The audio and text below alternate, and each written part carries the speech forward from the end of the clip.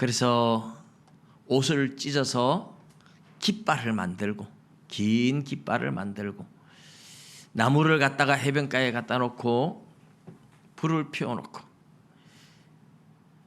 그러다가 멀리 지나가는 배가 보이면 연기를 막 피워 올리면서 언덕에 올라가서 깃발을 흔들며 고래고래 감을 치고, 너무 멀어서 듣지도 못하고 그냥 지나갑니다.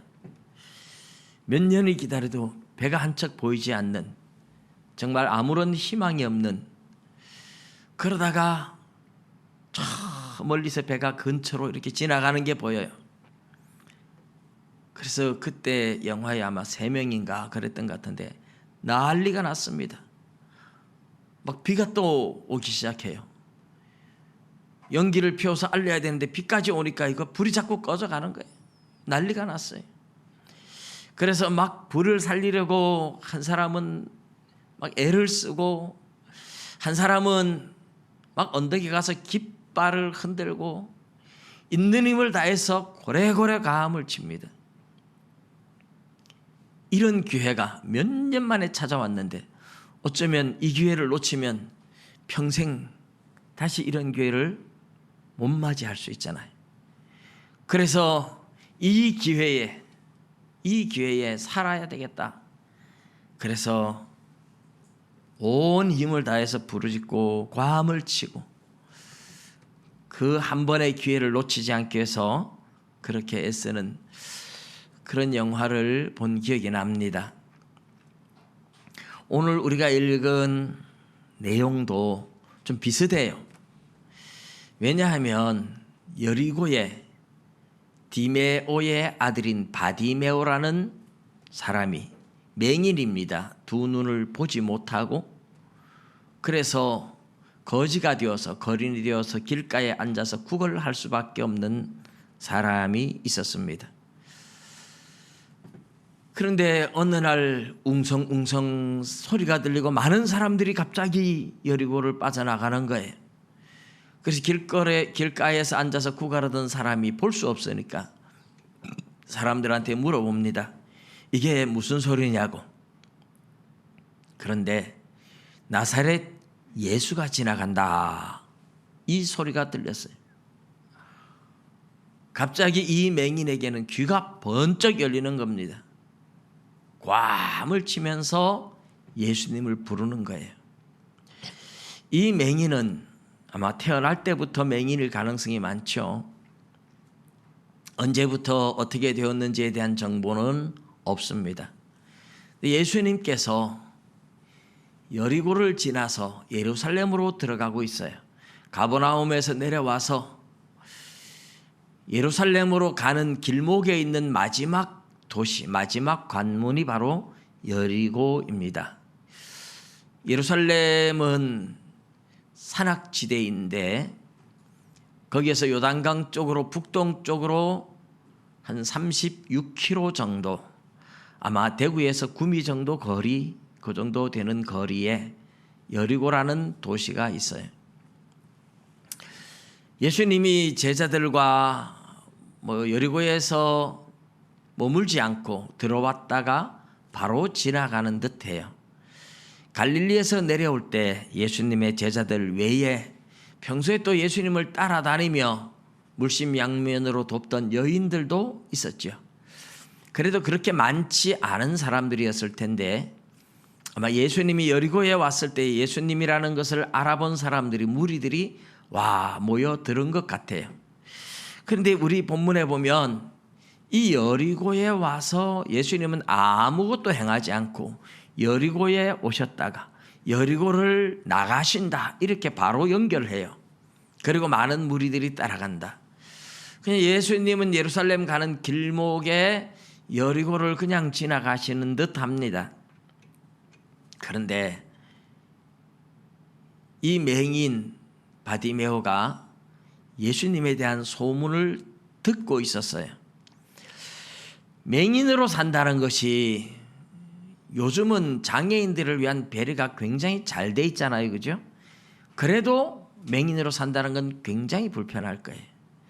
아마 여러분 중에 누구라도 눈을 가리고 하루만 살아보라 그러면 겁이 나서 꼼짝도 못하고 화장실만 겨우 왔다 갔다 하지 않을까. 저도 그럴 것 같아요. 제가 제일 신기했던 게 전에 우리 군위 3년교회 최태계 목사님이 있던 교회에 거기에 집사님 한 분이 맹인이었잖아요. 근데 이 맹인이 고추 농사를 지어요. 보지도 못하는데 손으로 만져서 붉은 고추인지 파란 고추인지를 구분을 해가지고 붉은 고추만 따가지고 말리고, 그래서 고추 농사를 아주 잘 짓고 계세요. 제가 가서 고추밭에 가서 일부러 파란 고추 빨간 고추 만져봤습니다. 이상하게 생각하지 마십시오. 파란 고추 빨간 고추 아무리 만져봐도 표가 안 납니다. 근데 그분은 어떻게 구분을 하고 혼자서 밥에 먹고 빨래하고 고추 따서 말리고 고추 심고 비료주고 약치고 다 합니다. 정말 신기하죠. 요즘은 맹인을 위해서 굉장히 많이 배려를 하고 있죠. 그런데 예수님 당시에 유대 사회에서 맹인이다 이러면 죄가 많아서 벌 받는 것이라고 생각을 했어요. 분위기가 그랬고 사고방식이 그랬고 문화가 그랬습니다. 그러다 보니까 맹인을 무시하고 멸시하고 그것도 당연하다고 생각을 하던 시절이었어요. 그러니까 거린이 되어서 구걸하지 않으면 먹고 살 길이 없는 거예요. 얼마나 불쌍합니까? 얼마나 힘들겠어요. 여러분, 우리 건강한 사람들은 아무리 장애인들에 대해서 얘기해도 장애인들의 불편에 대해서 잘 모릅니다. 장애인들이 좀 잘 나가면 또 질투를 내는 사람도 있어요. 사실 장애를 가진 사람이 뭐 저렇게 잘 살아, 거꾸로 바꿔놓고 당신 그래 잘 살고 대신 장애로 살아볼래 그러면 아무도 안 할라 그럽니다. 정말 장애인으로 산다는 자체가 힘든 거예요. 어려운 거예요. 사람들은 장애인에 대해서 전혀 관심이 없다가 가족 중에 누군가가 장애인이 되면 그때서야 장애인들의 아픔을 이해하기 시작하고, 그래서 일생 동안 장애인 사업을 하면서 장애인들을 돕는 일을 하는 분들도 생겨요. 입장을 바꿔놓기 전에는 정말 이해하기 어려운 거죠. 이 바디메오라는 사람은 정말 불쌍한 사람입니다. 앞을 볼 수 없으니까 평생 동안 구걸하고 살아야 되는데 인생에 무슨 희망이 있겠습니까? 아무런 희망도 없어요. 그런데 어느 날 소식이 들려왔어요. 나사렛 예수라는 분이 나타났는데 이 나사렛 예수가 죽은 사람도 살렸다는 거예요. 안전병이도 일으키고 귀신도 쫓아내고 나병 환자도 고치고 바다 위로 걷기도 하고 오병이어의 기적을 일으키기도 하고, 세상에 이런 사람이 없습니다. 이스라엘을 불쌍히 여겨서 하나님이 위대한 선지자를 보냈다. 나사렛 예수만 만나면 어떤 병이라도 나을 수 있다. 이것은 이 바디메오에게 엄청난 희망의 소식이잖아요. 저 망망대해의 무인도에 표류해 있던 사람들에게 저 멀리서 배가 한 척 가까이 온다 하는 것처럼이나 희망찬 소식이 아니겠습니까? 평생 무인도에서 살다가 무인도에서 죽어야 한다고 생각하면 뭐 장애인으로 사는 거나 뭐 나을 게 뭐가 있겠습니까? 그래서 나사렛 예수라는 소문을 들었을 때 그래도 눈이 보이는 사람은 어떻게 해서라도 내 발걸음으로 예수 있는 곳을 찾아 나가겠지만 맹인이 되어서 누가 도와주지 않으면 혼자 갈 수도 없어요. 너무 불쌍한 사람이죠. 그래서 예수에 대한 희망의 소식은 들었지만 가고 싶어도 갈 수 없는 처량한 신세, 날마다 속으로는 예수님이 이곳에 한 번만이라도 온다면, 이곳에 와서 나를 만나준다면 아마 그런 생각을 날마다 했을 거예요. 바디메오에게 들린 예수 그리스도에 대한 소문은 그에게 있던 엄청난 희망이고, 그 유일한 희망인데, 그런데 그렇게 기다리고 사모했던 그 일들이 현실이 되었습니다. 많은 무리들이 지나가면서 웅성거리는데 무슨 일이냐 물으니까 나사렛 예수가 지나간다는 거예요. 이것이야말로 정말 무인도에서 배가 근처에 왔다는 거하고 똑같은 거잖아요. 이것을 놓치면 안 된다. 내 평생의 유일한 기회일 수 있다. 이 기회를 놓쳐버리면 다시는 이런 기회가 올 수 없다.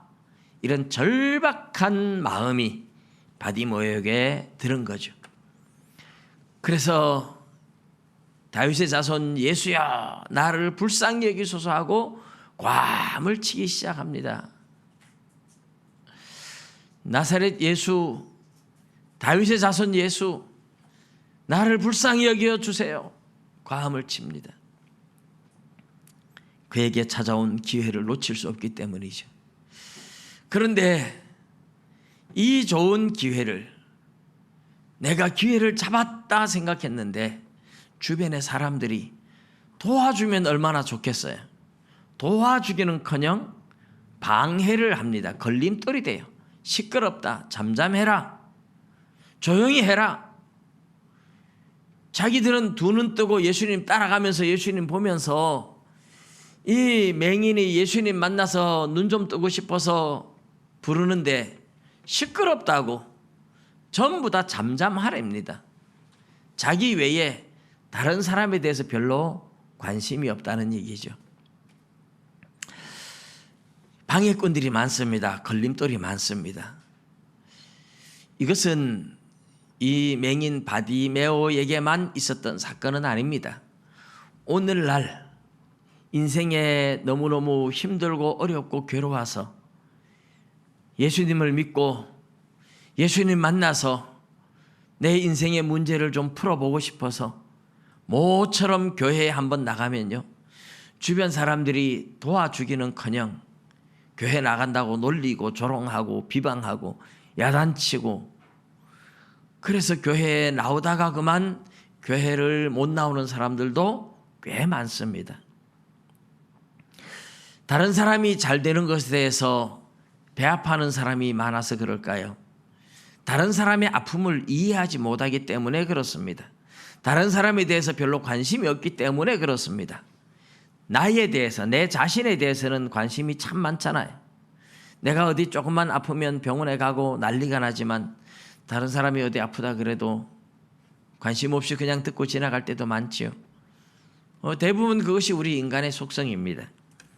바디메오가 예수님을 이렇게 애타게 부르는데 사람들은 오히려 야단만 치고 방해만 놓습니다. 오늘날 많은 사람들이 예수님을 믿고 하나님 앞에 나와서 나도 구원받고 천국 가고 싶다 이럴 때에 주변의 사람들이 엄청나게 방해를 많이 합니다. 가장 가까운 가족일 수도 있고 친척일 수도 있고 친구들일 수도 있고 이웃일 수도 있습니다. 그런데 예수님을 부르는데 예수님도 잠잠하게 그냥 걸어가세요. 우리가 앞에서 보았듯이 수로보니게 족속 가나안 여인 두로 지방에서 내 딸이 흉악히 귀신 들렸다고 예수님한테 내 딸 좀 고쳐달라고 외칠 때도 예수님은 모르는 척하고 가셨습니다. 모르는 게 아니라 듣고 계셨잖아요. 와서 무릎 꿇고 간청을 하는데도 나는 이스라엘 집에 잃어버린 양 외에는 다른 데로 보내심을 받지 않았다. 자녀의 떡을 빼앗아서 개들에게 던지는 것이 마땅치 않다. 이러면서 예수님은 외면하신 적이 있습니다. 지금 바디메오가 외치는 것도 못 들은 척하고 가시는 거예요. 수로보니게 족속 가나안 여인의 외침을 외면했던 것도, 이 바디메오의 부르짖음을 외면했던 것도 예수님이 냉정해서도 아니고 못 들어서도 아니고 정말 싫어서도 아니고 이 사람의 믿음을 테스트하시는 겁니다. 하나님은 우리의 믿음이 진짜 믿음인지 가짜 믿음인지 꼭 시험해 보십니다. 오늘 저와 여러분의 믿음도요, 시험해 보세요. 내가 어떤 문제를 가지고 하나님 앞에 나와서 간절히 기도하는데 하나님이 빨리 응답하지 않으면 하나님이 내 믿음을 시험하고 계신 겁니다. 어떤 사람은 기도하면 바로 응답이 오실 때도 있어요. 근데 어떤 사람은 막 1년을 기도해도 하나님이 응답하지 않을 때도 있어요. 왜 그러실까요? 내 믿음이 진짜 믿음인지 확인을 하기 위한 거죠. 물론 하나님이 몰라서 그런 거 아니에요. 진짜 믿음이 확고하게 자리 잡을 때까지 어떻게 보면 믿음을 연단하는 방법이기도 해요. 잠잠하라 시끄럽다 이럴 때에 바디메오가 풀이 죽어가지고 조용히 했더라면 예수님은 그 믿음 인정하지 않고 진짜 그냥 지나가 버리셨을 겁니다. 가나안 여인이 내 딸 귀신 들렸다고 고쳐달라고 하는데 예수님이 자녀의 떡을 빼앗아 개들에게 던지는 것이 마땅치 않다 하고 외면할 때 기분 나쁘다고 삐져서 간다든지 시험에 들어가면 예수님은 그 사람을 그냥 버려 두셨을 겁니다. 우리 하나님을 향한 믿음은 어떤 방해가 와도 어떤 장애가 와도 어떤 걸림돌이 있어도 그것을 뛰어넘고 그것을 뚫고 지나갈 수 있을 때 하나님은 진짜 믿음으로 인정을 하시는 거죠. 그런 믿음이 되기까지 주님이 기다려 주시는 것이기도 한 겁니다. 여러분, 저와 여러분의 앞길에 우리가 신앙생활하는데 많은 걸림돌이 있을 수 있고 방해가 있을 수 있습니다. 그런데 그런 방해 때문에 낙심하거나 낙오하거나 좌절한다면 하나님은 그런 믿음을 우리 믿음으로 인정하지 않아요. 그런 방해를 뛰어넘을 수 있을 때 하나님은 네 믿음이 진짜 믿음이다. 내 믿음이 크도다.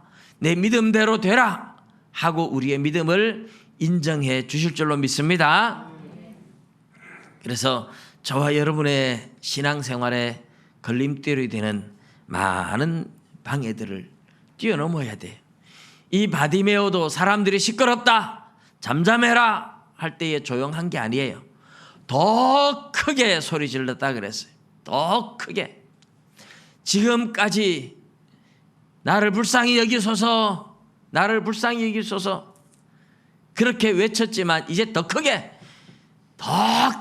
예수님을 부르고 있어요. 그때 예수님은 걸음을 멈추셨습니다. 저를 불러와라. 걸음을 멈추시고 부르는 거죠. 그제서야 무리들이 안심해라, 예수님이 너를 부른다 하고 예수님의 부르심에 대한 소식을 전해주는 겁니다. 이 바디메오가 그 소리를 듣는 순간에 얼마나 좋은지 겉옷을 내어버리고 벌쩍 뛰어서 일어났다 그랬어요. 그리고 예수님께 막 보지도 못하는데 막 달려갑니다. 다른 방향으로 달려가면 무리들이 이쪽이 아니야 저쪽이야 이렇게 해서 가겠죠. 예수님 앞에까지 갑니다. 여러분, 겉옷을 버렸다 하는 말이 무슨 의미겠어요? 학자들이 여러 가지 해석을 하지만 원래 옷은 신분을 나타냅니다. 군인들은 군복을 입고 학생들은 학생복을 입고 회사원들은 회사의 그 작업복을 입고 그 옷이 자기의 신분을 나타내요. 그런데 학생들한테 학교에서 속옷까지 갖춰 입어라 이렇게 말하진 않아요. 회사에서 회사복을 겉옷을 맞추어서 입게 하지 속옷까지 맞추어 입어라 이렇게 하진 않아요. 말하자면 신분을 나타내는 것은 겉옷이죠. 겉옷. 그런데 이 사람의 신분이 뭐예요? 거린이었어요. 구걸하는 거린이었습니다. 그의 겉옷은 거린 생활을 하기 위해서 남루한 옷, 더 떨어진 옷, 이런 옷을 입고 있는 겁니다. 예수님이 부르는 순간에 이 사람은 나는 이제 눈을 뜰 수 있다는 믿음에 확고한 믿음이 있기 때문에 옷을 내어 던진 겁니다. 더 이상 나는 거지 안 해도 돼. 예수님이 불렀다면 내 눈을 뜰 수 있고 더 이상 나는 이제 거지 생활하지 않아도 돼. 이 확신이 들어오니까 겉옷을 버린 겁니다. 겉옷을 버리고 너무 기쁜 나머지 뛰어서 예수님 앞에 뛰어 일어나서 예수님 앞에 갔어요. 예수님이 무엇을 원하느냐 물어보십니다. 우리 예수님 몰라서 묻는 거 아니에요. 그런데 예수님 꼭 물어요. 뭘 원하느냐. 38년 된 요한복음 5장의 베데스다 목가에 38년 된 병자, 누워있는 병자에게도 네가 낫고자 하느냐 물어봅니다. 아이고 예수님 말해서 못해요. 당연하지요. 당근입니다. 우리 예수님은 그래도 대답을 꼭 듣고 싶어해요. 구체적으로 내가 원하는 것을 구체적으로 주님 앞에 아뢰기를 원합니다. 여러분의 인생에 살아가면서 하나님 앞에 여러분이 진짜 소원하는 게 무엇인지를 깊이 생각해 보십시오. 하나님 나 정말 이거 원합니다. 구체적으로 하나님 앞에 기도하셔야 돼요. 구체적으로. 그래야 하나님이 응답하십니다. 이 사람은 주여 보기를 원합니다.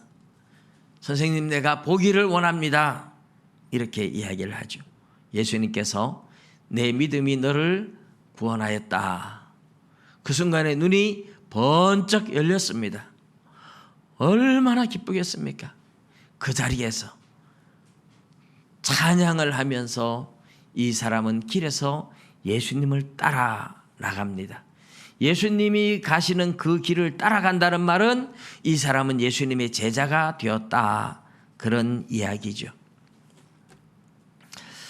오늘 우리가 읽은 이 본문의 내용을 보면 믿음은 어떤 방해와 어떤 장애물이 있어도 뚫고 나갈 수 있어야 하나님 앞에 인정받는 믿음이 된다 하는 교훈을 주는 겁니다. 예수님을 믿고 하나님 앞에 나오고 기도하고 예배드리고 하는데 방해하는 사람들이 가족이든지 나이 드신 분들은 자녀들이 방해하고 아이들은 부모가 반대하고 또 부부간에도 방해하고 가족이 방해할 때가 참 많습니다. 직장인들이 친구들 때문에 직장 동료 때문에 걸림돌이 되는 경우도 많고, 근데 진짜 믿음은 세상을 따라갈 거냐 예수님을 따라갈 거냐 둘 중에 하나를 선택해야 되는 거죠.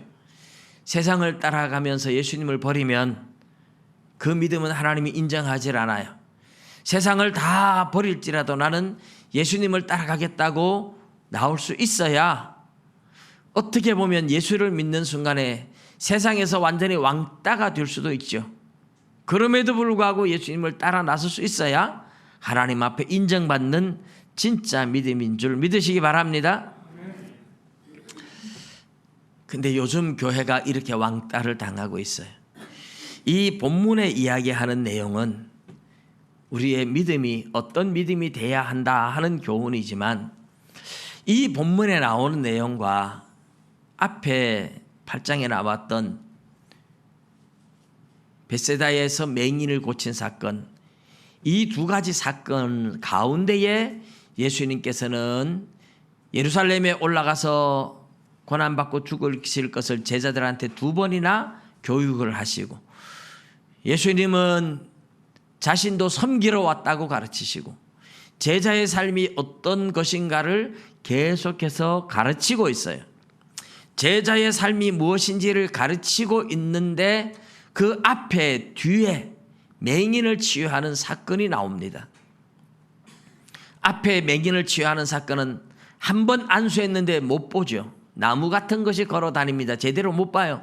그래서 한 번 더 치유하고 그리고 밝히 나와서 보게 되었죠. 그때 예수님은 다시 마을에 들어가지 마라 그렇게 이야기를 했었는데 옛 생활로 돌아가지 마라 그런 의미라고 했었죠. 이 맹인을 고치는 사건이 의미하는 것은 제자들 너희들이 영적으로 맹인이다 그 이야기를 지금 하기 위해서 제자 교육하는 이야기 양쪽에 맹인에 대한 이야기를 맹인 치유 사건을 넣어놓고 있습니다. 이런 구조를 인크루드 구조라고 영어로 표현하는데 앞뒤에 똑같은 이야기를 넣고 그 이야기 속에 들어있는 내용들은 이 앞뒤에 있는 결론들이 내용을 포함하고 있다는 뜻이에요. 그래서 이 맹인에 대한 이야기를 하고 있죠. 요즘 우리 믿음에 대한 이야기와 제자도에 대한 이야기가 이 한 본문 속에서 같이 들어있다 이렇게 볼 수 있습니다. 요즘은 믿음에 대해서 도전을 참 많이 받는 시대예요. 며칠 전에 누군가 보내온 동영상에 보면서 참 마음이 아픈 시대를 잘 표현하고 있다 이런 생각이 들었어요. 옛날에 어떤 사람이 결혼을 했는데 결혼해서 아기 낳고 행복하게 몇 년을 잘 살았는데 그만 남편이 교통사고로 죽었습니다. 안 그래도 마음이 너무너무 아픈 이 여인에게 시어머니가 한 번씩 찾아와서 남편 잡아먹은 년 그러면서 막 욕을 하고 갑니다. 그러면 이 며느리 심정이 어떻겠어요? 그래서 그렇게 시어머니가 와서 야단치고 가면 혼자서 막 눈물을 흘리고 우는 거예요. 그런 일이 자주 반복되고 있었답니다. 근데 어느 날 또 시어머니가 와서 남편 잡아먹은 년이라고 야단을 치고 손주인데 손주도 귀한 줄 몰라요. 네 자식도 똑같다고 막 욕을 하고 가는 거예요. 그래서 혼자서 막 울고 있는데 시골에서 친정 엄마가 올라왔어요. 친정 엄마가 뭐라고 했는지 아시죠? 네 잘못한 거 없다. 울지 마라. 네 잘못 아니다. 울지 마라. 너는 아무 잘못 없다.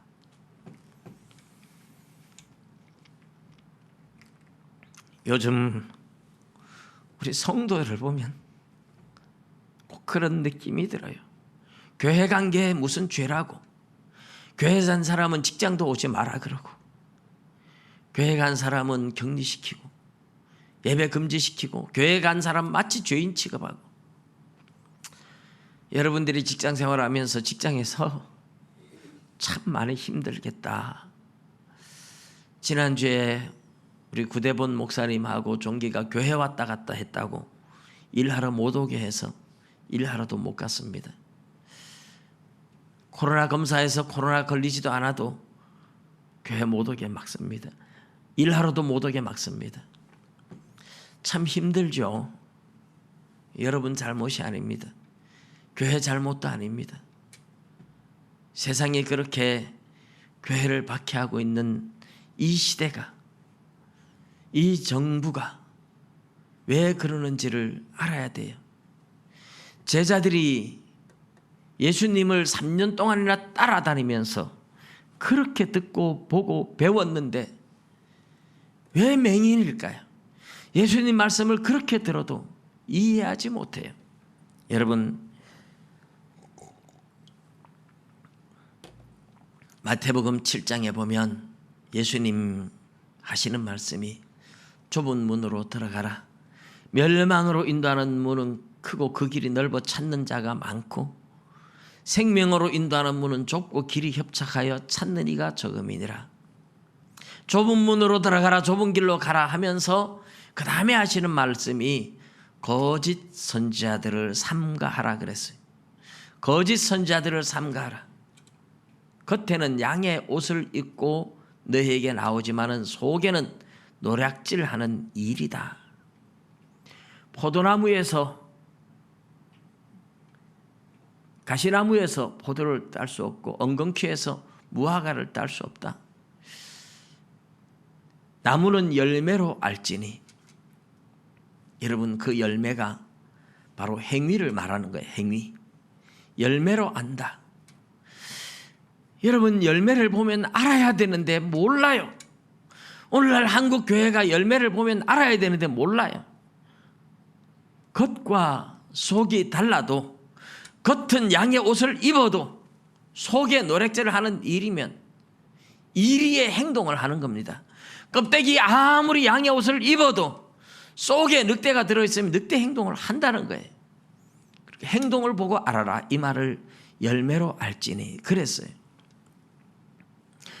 그래서 그날에 많은 사람들이 나더러 주여 주여 우리가 주의 이름으로 귀신을 쫓아내고 선지자 노릇하고 능력을 행하지 아니하였나이까? 그러지만 주님께서 뭐라고 합니까? 불법을 행하는 자들아 내게서 떠나가라. 나는 너희를 도무지 알지 못한다. 하늘에 계신 내 아버지의 뜻대로 행하지 않으면 아무리 그 사람이 목사고 아무리 그 사람이 은사가 많고 아무리 그 사람이 능력을 행해도 행동을 보면 가짜인지 진짜인지 구분해야 되는데 행동을 보고도 몰라요. 그러니 맹인이 아니겠습니까? 오늘날 교회에서 목사가 횡령을 하고 간음을 하고 그래도 그 목사 편에 들어서 그건 뭐예요? 거짓 선지자인 줄 구분을 못하고 그 거짓 선지자 편에 있는 거죠. 거짓 선지자도 망하지만 거짓 선지자를 따라가는 사람도 함께 망하는 겁니다. 열매를 보고 알아야 돼요. 눈을 떠야 돼요. 열매를 보고 행위를 보고 알지 못하면 그게 바로 맹인입니다. 수많은 거짓 선지자들이 교회 속에 넘쳐나기 때문에 하나님께서 교회를 향하여 책망하시는 것이라고도 생각합니다. 동시에 여러분 이 정부가 하는 행동을 보면 이 정부의 속에 뭐가 들어있는지를 알아야 돼요. 그런데 몰라요. 열매를 보고 행위를 보고 알아야 되는데 몰라요. 교회가 안 된다고 그렇게 외치는 동성애자들을 합법화시켜서 교회를 무력화시키는 겁니다. 포괄적 차별금지법이 통과되면 동성애자들이 의도적으로 교회 속으로 들어와도 못 막습니다. 교회에 와서 세리를 못 주겠다, 회개하지 않으면 세리를 못 주겠다, 그러면 세상 법정에 고발해도 돼요. 왜? 내 차별당했다. 교회에 가서 차별당했다. 나 교회 다녔는데 세례 받으려고 하는데 동성애자라고 세례를 안 준다. 그렇게 차별당했다고 고발을 하면 교회가 목사가 벌금을 내야 되고 감옥에 갈 수도 있습니다. 동성애자들은 교회를 무너뜨리기 위해서 교회 속으로 얼마든지 들어갈 수 있고 교회를 어지럽힐 수 있어요. 그걸 알기 때문에 교회들은 절대로 안 된다고 그렇게 외쳐도 끊임없이 포괄적 차별금지법을 발의하고 있습니다.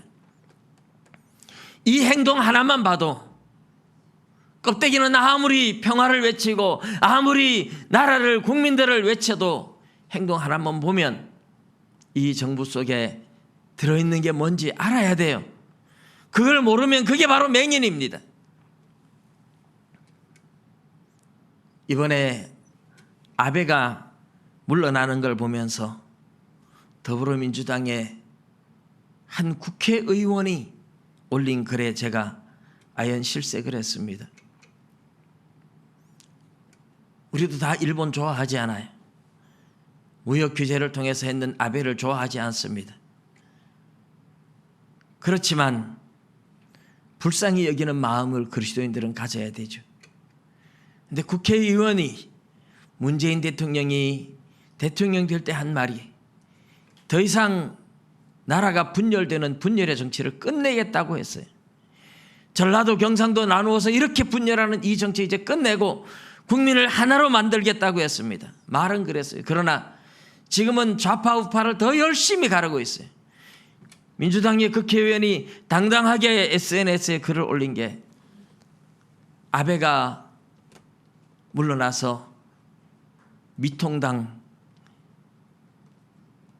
토착 왜구들이 상실한 마음을 어찌할꼬.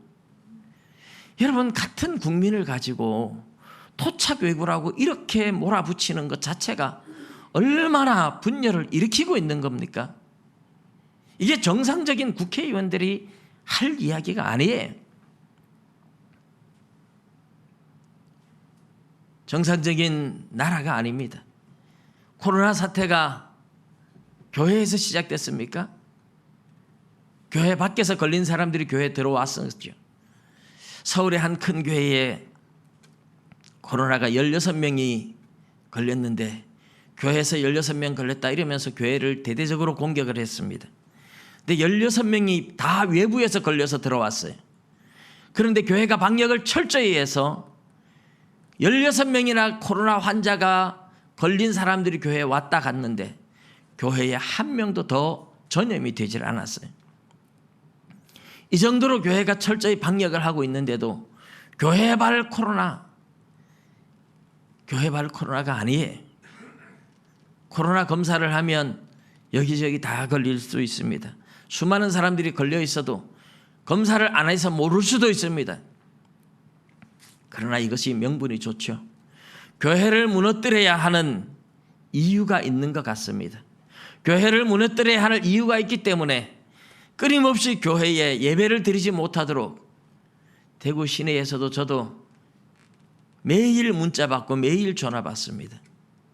하도 전화가 와서 어제는 제가 바쁜데 전화가 와서 시청 문화 무슨 홍보관가 뭐 전화가 왔는데 제가 바빠서 끊겠습니다 하고 끊어버렸습니다. 한 번, 두 번 전화가 와야 되죠. 광화문에 갔다 온 사람은 보름이 지났는데도 코로나 검사 다 해서 정상이라도 그래도 교회에 참석하지 못하게 막으세요. 누구 마음대로 막습니까? 그런데 이 정부가 교회만 가지고 그래요. 교회만 가지고 그렇다는 자체가 뭡니까? 교회를 무너뜨리려고 하는 행동이 보이는 겁니다. 그러면 겉으로는 아무리 국민을 위해서, 나라를 위해서, 민족을 위해서 해도 하는 행동을 보면 속에는 노략질하는 이리가 들어있구나 알아야 돼요. 이런 걸 보고도 못 알아듣는 게 그게 바로 맹인입니다. 영적 맹인이에요. 그렇다고 정부를 공격하고자 하는 것도 아닙니다. 같은 민족이고 불쌍히 여기고 기도해 줘야 돼요. 이 나라가 어쨌든 평안할 수 있도록 정치를 하는 사람들이 돌이키고 국민들의 상처를 싸매주며 하나로 만들어갈 수 있도록 무엇이 옳은 정치인지를 깨닫고 바르게 갈 수 있도록 대통령을 위해서 정치하는 사람들을 위해서 기도해주고 불쌍히 여겨줘야 하는 것이 교회가 마땅히 해야 할 일입니다. 그러나 여러분 분별할 수 있어야 돼요. 제자들이 그렇게 예수님이 가르쳤는데도 깨닫지 못하니 우리 예수님이 답답해하셨던 것처럼 교회를 무너뜨리려고 이렇게 공격을 하는데도 이것이 정체가 무엇인지 여전히 깨닫지 못하고 있다면 저와 여러분도 영적인 맹인이 될 수밖에 없습니다. 예수님의 말씀 생각해 보십시오. 열매로 안다고 했습니다. 행동을 보면 알아요. 입술로는 아무리 천사 같은 말을 하고 아무리 나라를 사랑한다고 해도 하나님을 대적하고 하나님의 교회들을 무너뜨리려고 하는 그 행동들이 보이면 이거는 어둠의 영이 사로잡은 어둠의 세력이구나 눈치를 채야 돼요. 이걸 알아보는 게 믿음의 눈이 열리는 겁니다. 여러분 우리 그리스도인들은 기본적으로 나라에 협조하는 사람들입니다. 국가를 도와주고 국가를 위해서 기도하고 정부에 협조해야 돼요. 그것이 하나님의 명령이기도 합니다. 우리가 데모를 해서 무슨 폭력을 행해서 나라를 뒤집어 엎자고 제가 말씀을 드리는 건 아니에요. 나라를 위해서 눈물로 기도하고 옳은 소리를 낼 수 있고 바른 소리를 낼 수 있고 교회가 하나님 앞에 바로 서서 정부가 잘못된 길로 갈 때 보수든 진보든 상관없이 누가 대통령이 되고 누가 정권을 잡더라도 잘못된 것은 잘못된 것이라고 말할 수 있어야 된다는 얘기죠. 하나님의 교회를 정부가 무너뜨리려고 해서 절대로 무너지지 않습니다. 하나님의 교회가 무너진다면 그것은 하나님께서 촛대를 옮겨야 되겠다고 할 필요성이 있어서 하나님이 이제는 구원의 기회를 거둬갈 때 교회가 문을 닫는 거지. 하나님이 지켜주실 때는 아무리 정부가 아무리 권력이 교회를 핍박해도 저 로마의 황제의 권력이 그렇게 교회를 박해해도 절대로 교회는 무너지지 않았습니다. 여러분 세상에서 환난을 당하나 담대하십시오. 두려워하지 마십시오. 하나님이 저와 여러분의 편입니다. 하나님을 믿고 신뢰하십시오. 끝까지 인내하고 견디어 나가시고 기도하시면 하나님께서 다시 우리를 불쌍히 여기시고 일으켜 주실 줄로 믿으시기 바랍니다. 기도드리겠습니다.